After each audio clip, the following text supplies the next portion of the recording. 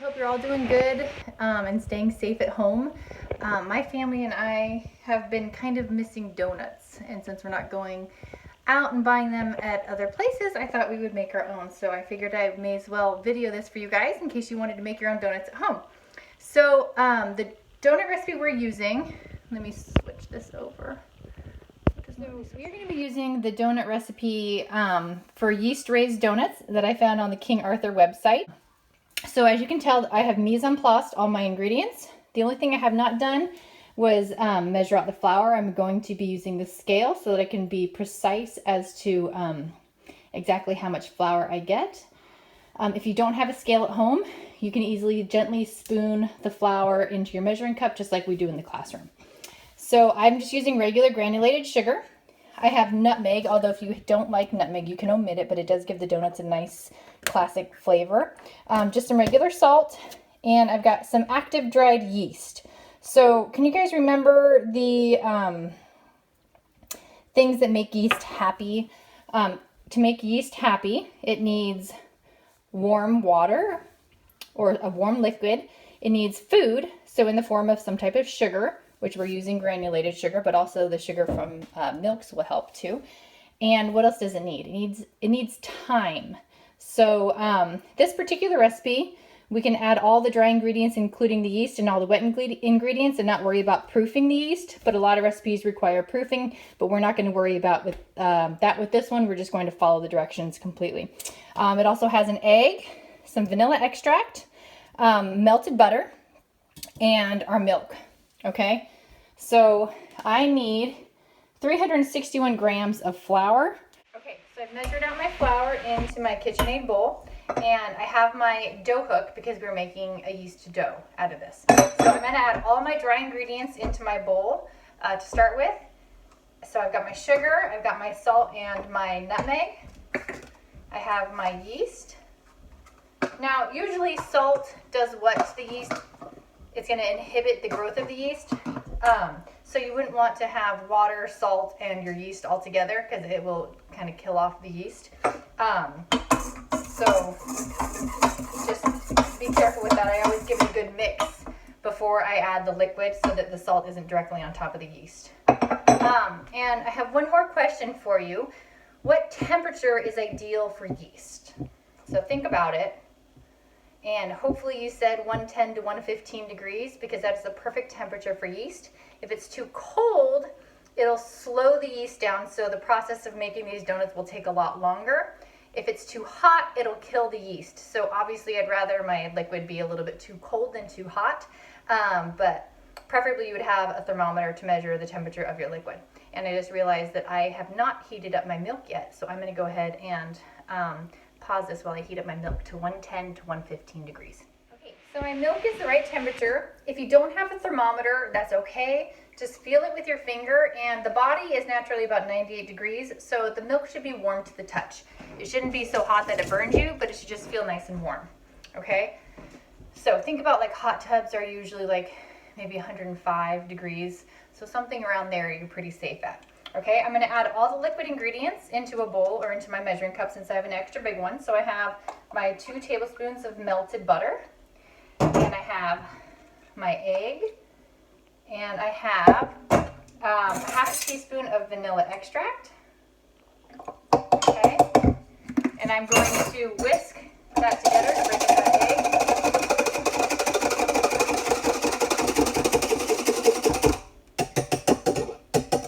And I'm going to get my dough hook on my KitchenAid, and I'm going to put it on low, and I'm going to add my liquid to this.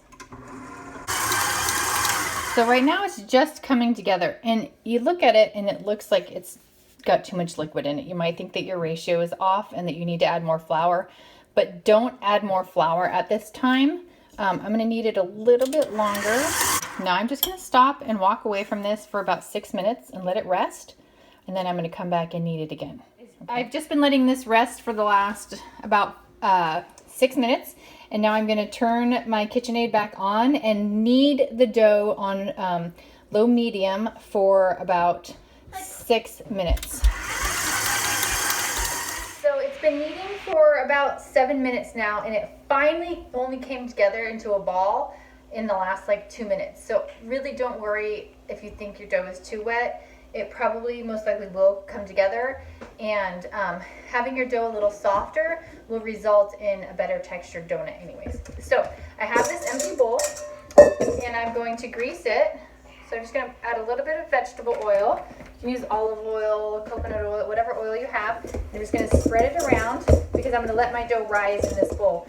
And what the grease does is it prevents the dough from sticking to the bowl, because if the dough stuck to the bowl, then it wouldn't rise as high as it would if it was nice and smooth and just no resistance, right? So I'm going to take my dough scraper. If you don't have a dough scraper, you can put some oil on your hands or oil on a rubber spatula, and that should do the trick. And then I'm just going to scrape my dough. That's what it looks like at this point. It's still soft. Right into my greased bowl.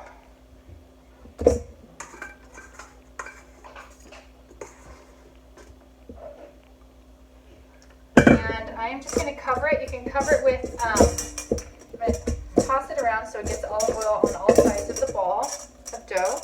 And then I'm just going to cover it. And you can cover it with a tea towel or with a little bit of saran wrap. Don't tighten the saran wrap too tight, because you want, because that yeast, what the yeast is going to do is it's going to eat the sugars and the carbohydrates, and it's going to release, what gas, do you guys remember? Carbon dioxide. So it's going to release the carbon dioxide, and that is what is actually making your bread rise, are those carbon dioxide bubbles. And so we want to give it room for that gas to release, right?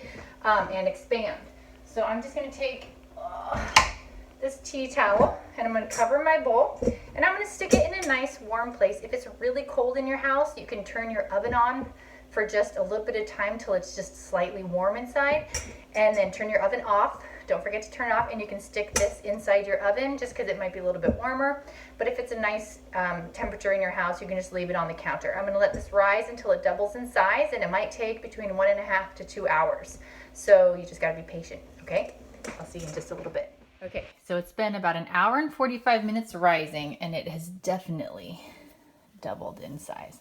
Look at that. It has filled up the entire bowl. So we are going to turn that out and cut out our donuts. Okay, so I have my work surface. I just have a little piece of parchment down. While we were waiting for this to rise, we decided to bake cookies in order to warm up the kitchen so that our dough rose a little bit better.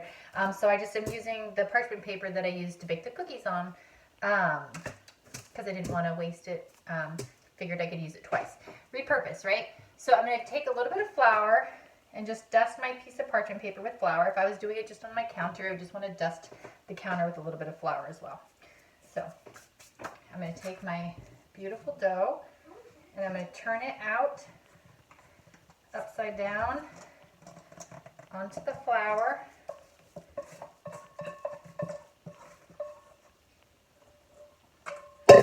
And if you need to dust the top of it with flour or dust your hands a little bit, you can. Just a little bit. You don't want too much flour. And I'm just going to press it out.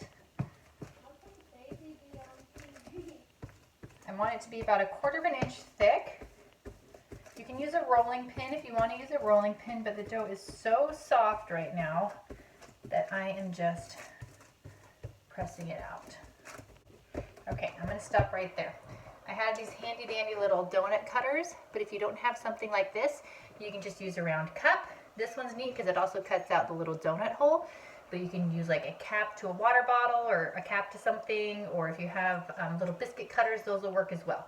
So I'm just going to dip this in flour so that it doesn't stick, and I'm going to start cutting these out.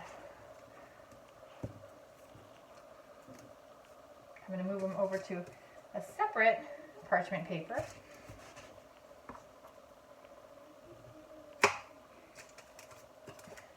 I'm just going to continue doing this until I have them all cut out, and then I'm just going to top them with a loose piece of plastic wrap and let them rise for about another 1/2 hour while I start heating up my oil. So I'll show you that in just a second. I'm going to keep working on this and I'll get right back to you. Okay, so I have my shortening in the pan and it is heating up. I just used a big, because I had this back in the back of my cupboard, big thing of Crisco vegetable shortening, and I'm looking for it to become 350 degrees. So right now it's just down there, almost 220, and I want it up here around 350. Now with this type of stove, it's kind of hard to keep the temperature exactly at 350, and as I add the donuts to it, it'll cool down the oil drastically, but try your best to keep it around by adjusting it hotter and colder, right around 350.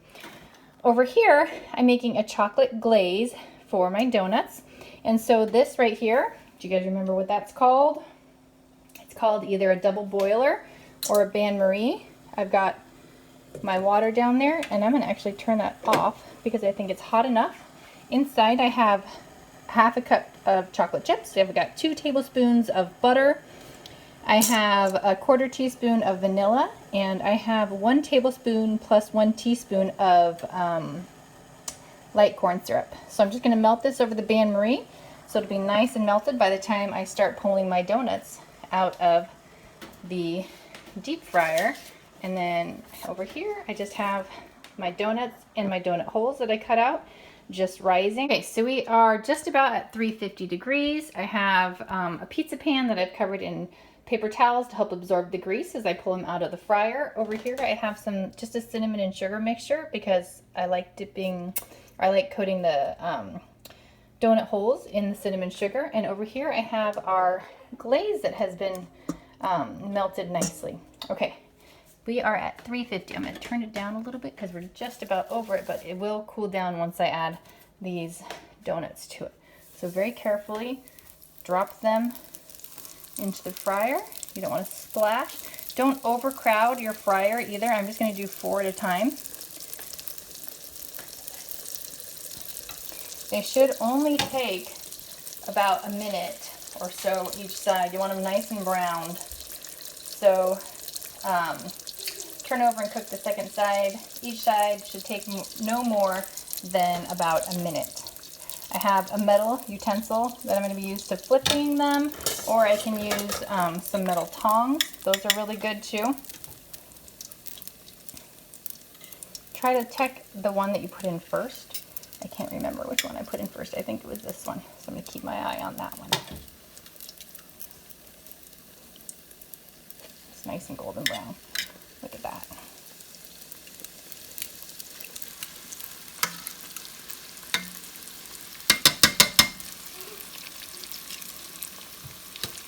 And the temperature is above 360, so I'm going to turn that down on the dial a little bit more. Keep an eye on your temperature. My paper towel over there. Now, one thing to remember is if your oil is too cold, then the donuts won't cook correctly. They won't cook right away, and they'll end up absorbing a lot of that oil, and you'll end up with really greasy donuts. And that's definitely not good either. Cinnamon sugar, give it a little toss. There you go. Okay, I'm gonna keep going at this. So I continued to keep my chocolate on top of the double boiler, even though it's not on the stove, but that water was still warm, so it's still keeping the chocolate nice and warm and melted. So I'm just dropping my donuts into the chocolate, trying to get it nice and evenly coated. And then if you want, you can just drop it in a thing of sprinkles, and they're beautiful. See?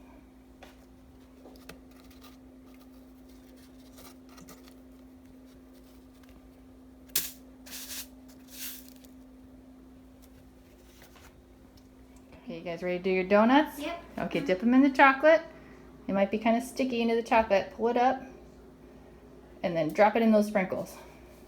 And then turn it upside down. Smush it around in there so the sprinkles, you get lots of, there you go.